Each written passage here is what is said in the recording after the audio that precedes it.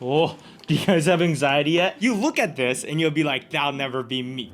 This will be you one day, especially when you don't want to delete footage and then you decide, hey, let's add a second camera, so let's double the amount of footage we have, and then a third for a Sam cam, and then a fourth. Why not? What the hell? When I finally realized this issue is something I need to take care of, I did some research and I was like, oh, you can set up this server that's 140 terabytes. And I looked at the cost of it and no. Do you know how much it costs, Sam, to set up a 140 terabyte server? $5,000. The Jellyfish by LumaForge, one of the ones that a lot of YouTubers are using. I'm gonna do a tower. I want 120 terabytes.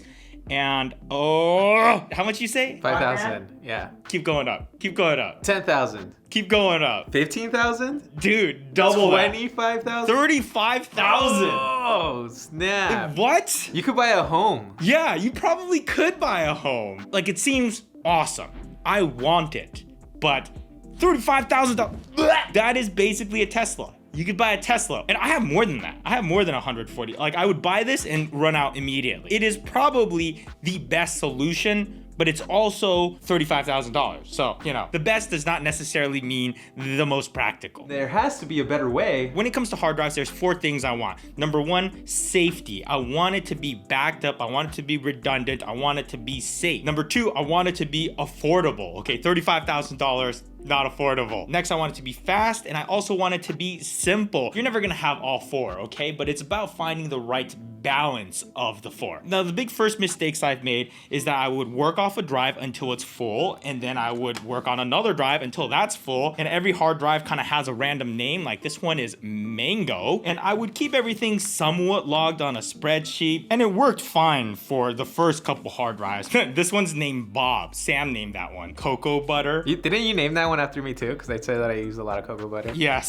Sam has unusually soft hands. They're not unusually soft. I just use lotion. The men in this house are so dry. You guys need some like lotion in your life. I use cocoa butter because it smells good and it's really moisturizing. Is this video sponsored by Cocoa Butter? Sure is. No, I'm just kidding. I wish. So basically over the last week or so, I've been going over media management rehabilitation, pretty much. And the first thing I did was to categorize every single project into 3 different categories. One is active projects, so projects I'm currently working on. We work off solid state drives, so we only have a few, but our live projects are on SSDs. And then we have closed projects, which are projects that we're just wrapping up, and we tuck these into these portable drives. And then we have finally archived projects, which is these drives right here. All right, so first thing you're gonna need to do when you get a drive is to reformat it. The format options that we usually use is APFS, Mac OS Extended, and then there's exFAT, and then there's NTFS. Now we're mostly Mac based, so we usually go by default the Mac OS Extended Journal, and I think the more technical term for Mac OS Extended is HFS Plus, and that works pretty seamlessly with all of our Macs. Downside is it doesn't work as well with PCs.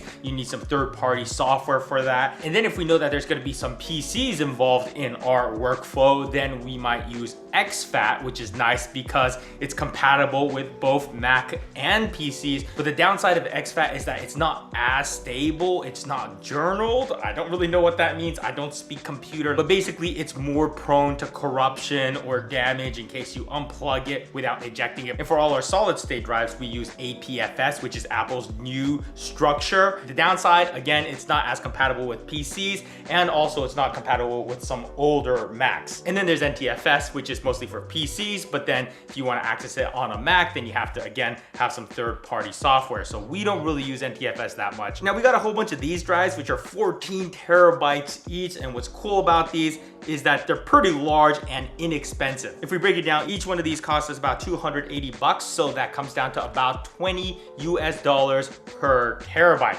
So that's one of the best deals you can get in terms of low cost storage. As far as read and write speed, we're getting about 200 megabytes per second. And if you do the math, if you're trying to transfer a 100 gigabyte project, you're looking at just over 8 minutes. The downside is that they're just kind of cumbersome. You have to plug it in before you can use it. They're a little bit bigger, it might take up some space on your desk. So right now I'm just using these for longer term storage. I just put a couple into a case and I put it in a closet. Now I would put it in the garage, but I prefer not to put it somewhere where it's gonna get hot and cold over and over. I like to keep this in a closet inside the house where it stays nice and cool. My hope is that one day we'll be able to get a drive like these that have 100 terabytes. But for now, we just have most of our media live on these drives and a whole nother set of these at the producer's house. But like I said, they're a little bit cumbersome. I don't really like digging them out of the closet very often. So I have a bunch of these 5 terabyte hard drives. And this is a Western Digital I got for 130 bucks. So that comes out to about $26 per terabyte.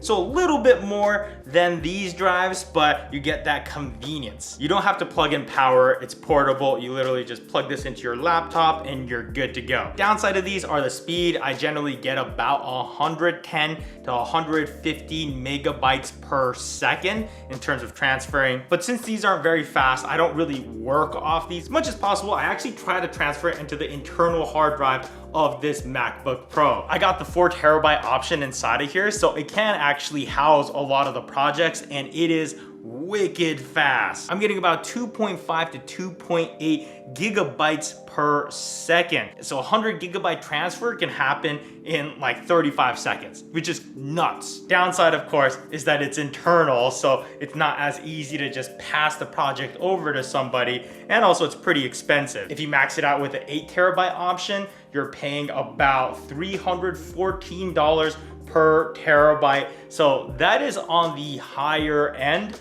but it is so fast. Well, one thing I do want to clarify is that there is a big difference between gigabyte per second and gigabit per second. And notice this confuses a lot of people. Same with megabyte per second and megabit per second. And if you see it in writing, it's easy to confuse the two because they look the same except for the byte is a capital B and a bit is a lowercase b. And a byte is 8 times bigger than a bit. So a megabyte per second is 8 times faster than a megabit per second, and a gigabyte per second is 8 times faster than a gigabit per second. So you see how that could get kind of confusing. Now, if I don't want to work off the internal hard drive, then I'm usually using these external SSDs. I've really been liking the SanDisk SSDs and the Samsung T5s. Like, they're totally small enough to just hook in through USB-C and they just dangle like that. If you ever tried editing on an airplane, that's the worst. You have this like teeny tray that you're trying to balance your laptop on and trying to figure out where to place your external hard drive. But here you can just let it dangle and it's not a big deal. And with these, I'm generally getting about 500 megabytes per second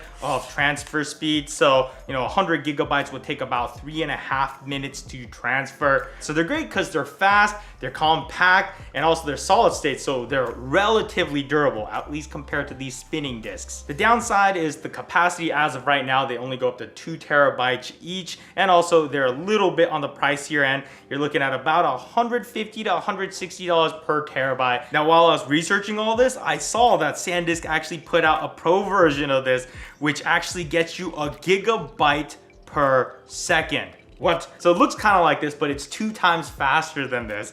And man, I kind of want one. And it does that by utilizing the USB 3.1 Gen 2 interface, which allows for faster transfer speed through the USB. Like a transfer that'll take 30 minutes on a drive like this would just be done in minutes. So that's pretty cool. And to put the pricing per terabyte into perspective, that Jellyfish is almost $300 per terabyte, and it could cost more depending on what kind of upgrades and stuff you do to it. But there are advantages to having something like the Jellyfish. It's like a big old hub that's really fast and a lot of different people can connect to it at once, so you don't have to do hard drive transfer. Everyone just kind of works off the same drive and it's super fast to support them all. And one day we might be able to make the argument that, hey, it saves a lot of labor time to transfer and sort through all this stuff, so it could end up being somewhat of a smart choice, but for independent filmmakers like me, that's just not an option yet. So to recap, I'm usually working off the internal hard drive on here or SSDs. Once I'm done with that, then I transfer it onto these drives, and once these get full, then I store them in my closet in these. I'm honestly not even 100% sure if this is the best way for us to be doing it even, but it seems to be working for us. I'm open to suggestions. Let me know in the comments if you have a better idea for us. But this is the workflow for my YouTube videos, and we like to move really fast on these YouTube videos. We don't go through a huge process for backing up and all that because the turnaround times on these videos are so quick. Like right now it's Tuesday afternoon and we're probably gonna edit all this tomorrow and it'll be up Thursday morning. So, you know, just in over 36 hours, this video should be live. So worst case scenario, we lose our files or whatever, we might get set back a day, maybe 2 days, but it hasn't happened yet because we definitely do try to make duplicates as soon as we're done shooting. But on higher end professional jobs, we definitely try to be a little bit more diligent. Let's talk about that after I go pee. So my workflow kind of changes depending on what kind of project I'm working on, but my last project where we were traveling all over the place and shooting nonstop, the system we had was to make sure that there was 3 copies of the media after every day. So I would have my version of the hard drive, the producer had his copy of the hard drive. We actually had a third one that we would ship back to the agency at the end of every day. So there's 3 different hard drives going to different places immediately after the shoot. That's important because last thing you want is to make 3 copies, put it in the trunk of your car, and then your car gets broken into, all gone. That would be a nightmare. So 3 different copies go into 3 different spots. And then when it comes to the project files, those files are very small. It's less than like a megabyte, I think. So after every day of editing, we would save that copy onto Dropbox, which gets uploaded to the cloud. So let's say worst case scenario, the studio gets flooded for whatever reason, sprinklers turn on. We at least have 2 completely separate forms of the raw media, and then we can take the latest version of that project, link it with that, and then we're good to go again. So that's how I like to handle some of our bigger projects. And that's one of the things that we do when we're bidding on a project, is that we do budget in a couple of hard drives for the client to keep. And we say, hey, after we're done with the shoot, you're gonna walk away with a hard drive. That hard drive is yours and it has the copy of everything that we shot. They will lose that hard drive though, but at least you could blame it on them. You're like, hey,